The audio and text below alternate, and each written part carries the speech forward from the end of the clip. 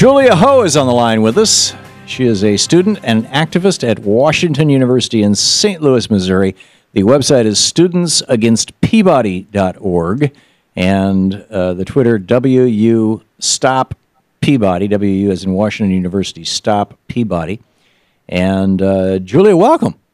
Hi, thanks for having me. Thanks for joining us. Tell us about what's going on at Washington University in St. Louis.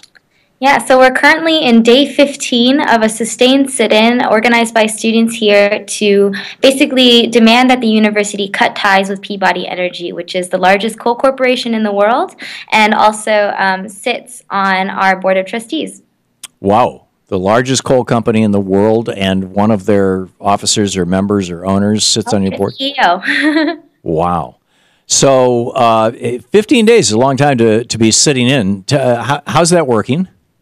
Yeah, so it's been a really, really long journey. It's been, students here are very, very dedicated to making this happen. I think we've made it very clear to the university that we're not leaving until our demands are met. We've been in sustained negotiations with the administration since last Saturday, and actually just about 2 hours ago got a public statement from the university. What was that statement?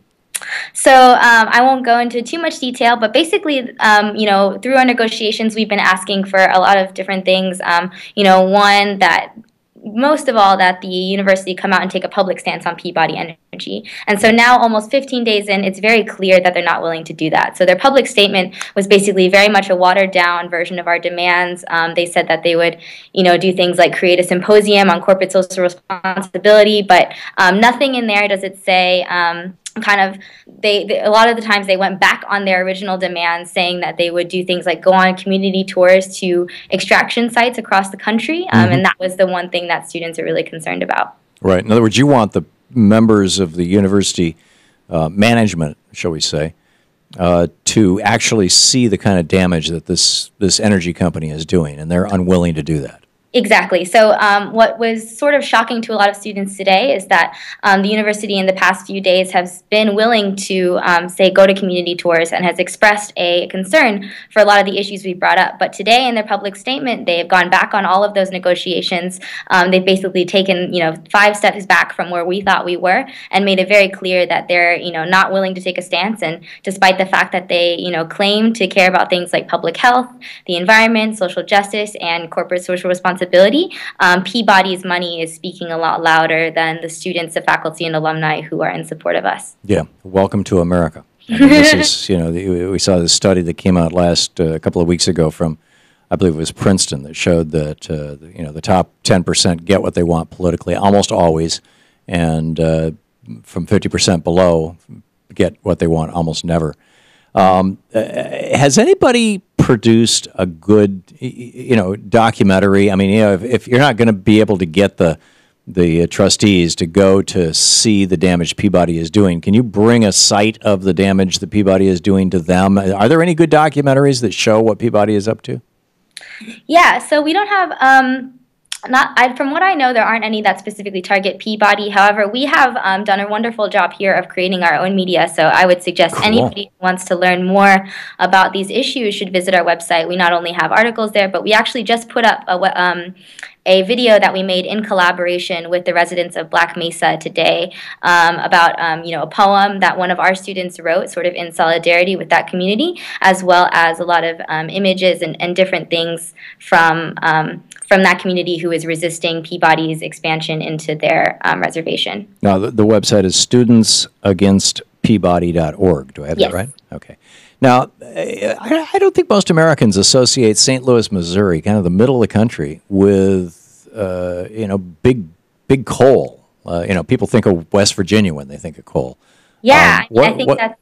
How did this happen? How is the biggest coal company you said in the world? How are they headquartered in St. Louis? What do they do out of there? Is it privately or publicly held? What's the situation? Yeah, so Peabody is the largest private sector coal corporation in the world. And I think a lot of the way that they're able to sort of cover up their public image is really by laundering their reputation through universities as well as through a lot of other public institutions here. So they give money to our science center.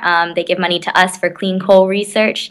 They give money to UMSL, one of the other schools here. They give money to even the zoo, the opera house here. Everything here is funded by Peabody. And so Wow. most people here, they see the name all the time, but they don't realize the effects that Peabody has in places all over the country and all over the world. And part of that is because St. Louis is so far removed from a lot of these extraction sites. Now, do you mean that Peabody is the largest coal company in the world or the largest privately held Private sector coal corporation in the world. Privately held corporation.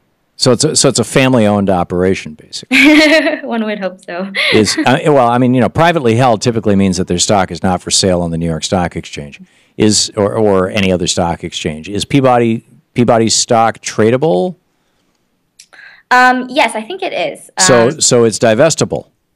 Yes, exactly. And so I think that, for us, the sit-in, although we haven't gotten the things that we wanted, has made it very clear sort of the extent to which the university has ties with Peabody Energy. And not just Peabody, we have, I think it's very important to recognize that we have a lot of other corporate interests on our board. We have executives from Monsanto, executives from Arch Coal, another really large coal corporation. On from the board of the university? Yes, here at Washington University. Oh, that's amazing. That's amazing. But it's not surprising. I mean, this is happening all over the country, isn't it? Are you hearing from colleagues in other universities?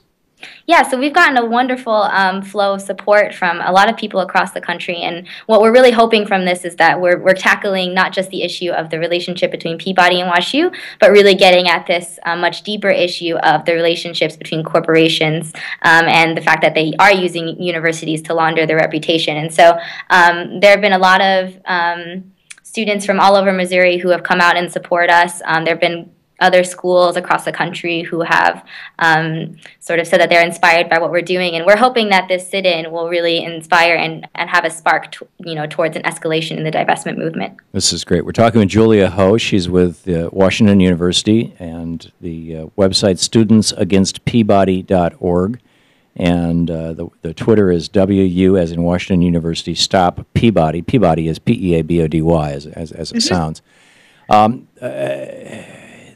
Julia, this whole issue of name and shame and coming out has, in terms of blowback, have you yet heard the old canard from the university that, well, gee, if we get rid of this corporation, your tuition's going to go up?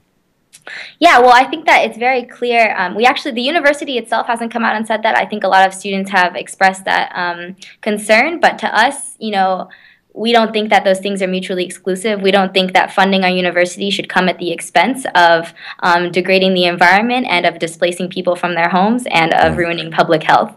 So to be truthful, the university is not transparent about how much money they receive total or where it goes, but we are pretty certain that a big chunk of that money is going towards quote-unquote clean coal research here. And so we think that if it's a loss to that research, if that money were being put into renewable energy, real renewable energy, then our money would be better spent, and we would be, it would be an economic success for us as well. Yeah, yeah. It's worth noting, before Reagan came into office, students paid about 20% of the cost of tuition. Now students pay about 80% of the cost of tuition. It used to be governments, paid 80%. Now governments pay about 20%, and you get a little help from corporations. It's, Reaganomics has just devastated our, sorry to sound like an old man, but when I was your age, I knew nobody with student debt. And this is just so wrong that corporations have so insulated themselves into these universities, and obviously they're using money as a way to do it. Julia Ho, you're brilliant. You're just brilliant. Thank you so much for dropping by. Thank you so much for having me. Great talking with you. Julia Ho, studentsagainstpeabody.org. Get over there, check it out, give them some help.